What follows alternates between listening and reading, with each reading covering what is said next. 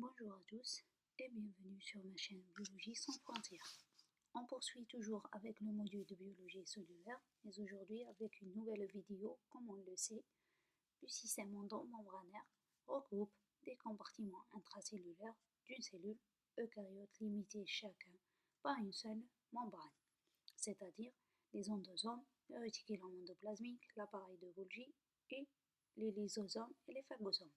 Dans ce chapitre, nous allons parler de l'appareil de Golgi.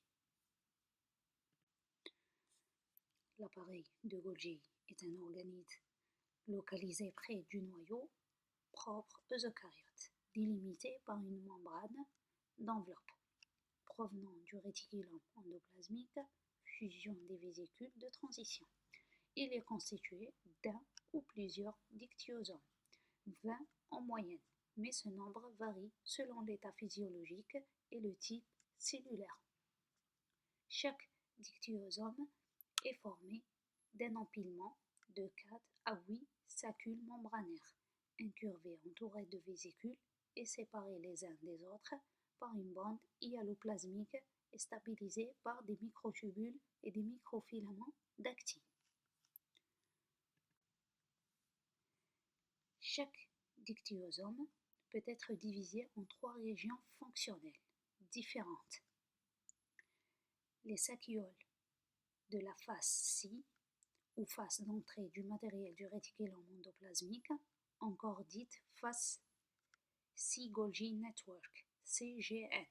Ils sont alimentés par le matériel provenant de l'endoplasmic reticulum Golgi Intermediate Compartment. Les saccuoles de la face trans et les saccuoles de la région mésiano-intermédiaire ou face de sortie. Ils sont en continuité avec le réseau du canicule constituant le Trans-Golgi Network. Des vésicules de dimension variable accompagnent les saccuoles golgiens. Il y a des vésicules de transition qui sont des vésicules qui se trouvent entre le RJIC et les 6 golgiens et elles sont recouvertes de cautomères. Pour les vésicules de transport, ce sont des vésicules qui se trouvent entre les saccuoles et elles sont également recouvertes de coatomères. Quant aux vésicules de sécrétion, elles bourgeonnent du TGN et contiennent le produit définitif et elles sont recouvertes de coatomères lors d'une voie d'exocytose constitutive, par exemple, composant de la matière extracellulaire protéine périphérique de la membrane plasmique. La clatrine, lors d'une voie d'exocytose régulée, elle forme des grains de sécrétion de contenu dense, par exemple l'insuline, vésicule à hydrolase acide ou la cavioline lors d'une voie de renouvellement des microdomaines membranaires. L'appareil de Golgi joue des fonctions fondamentales dans la cellule.